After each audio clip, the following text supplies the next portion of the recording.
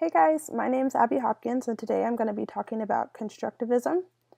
Constructivism is when you form your own understanding and knowledge of the world through experiencing it for yourself and then reflecting on those experiences. The main theorists were John Dewey and Jean Piaget. Some of the key points in constructivism was learning is an active process. Also, your learning is a personal interpretation of the world, and it also emphasizes problem solving and understanding. And then it discards standardized curriculum and makes it more personalized for the students. Some of the strengths and the weaknesses of constructivism was the strengths are students like being a part of decision making. So that's one of the biggest things about constructivists, why it's so good in the classroom, is because students do have a say in the things that we do or don't do in the classroom. Students are engaged when doing hands-on activities. I love hands-on activities, and I know that when I'm in my practicum classes, the kids get really excited when they get to participate. So, like I said, this is another good strength for this theory.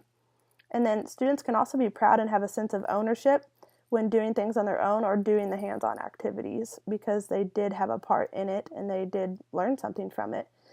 Some of the weaknesses would be it could lead to a majority rules attitude rather than independent thinking. Teachers might not take responsibility for poor learning in the classroom as well. Like I said, the curriculum isn't the normal curriculum usually in a constructivist theory. So evaluating, usually the students do the evaluating. They look at what they've done and you kind of show them along the way, like, hey, here's what you can do better. And so it can be a little hard for students to fall into gaps and get behind, because if we're not evaluating like normal or like standardized curriculum says, then it's easy to lose students along the way. And so that's one of the weaknesses for this theory. Also, sometimes it's hard for students to make connections with the things that they already know and the things that they're learning. So that can make it a little more challenging in this theory. It says, how is play supported? So for most of the constructivist theorists, they believe play is essential for cognitive growth. So like I said, hands-on activities is a big way to do that. You can use like sensory tables or dramatic play.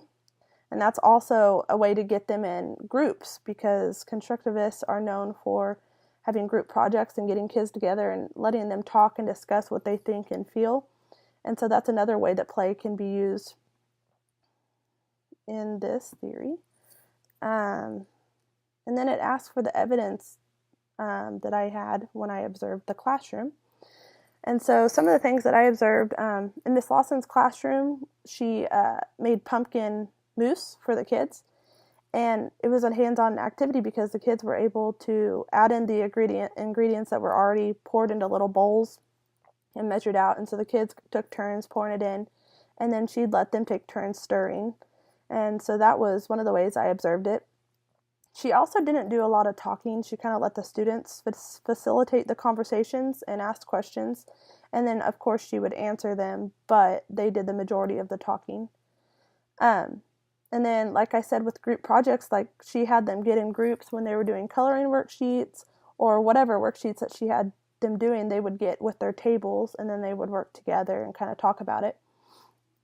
Also, she would pose problems for the students. So like we read, it was Three Little Pigs, and we talked about what was happening throughout the book, and then we would talk about what they thought was going to happen next.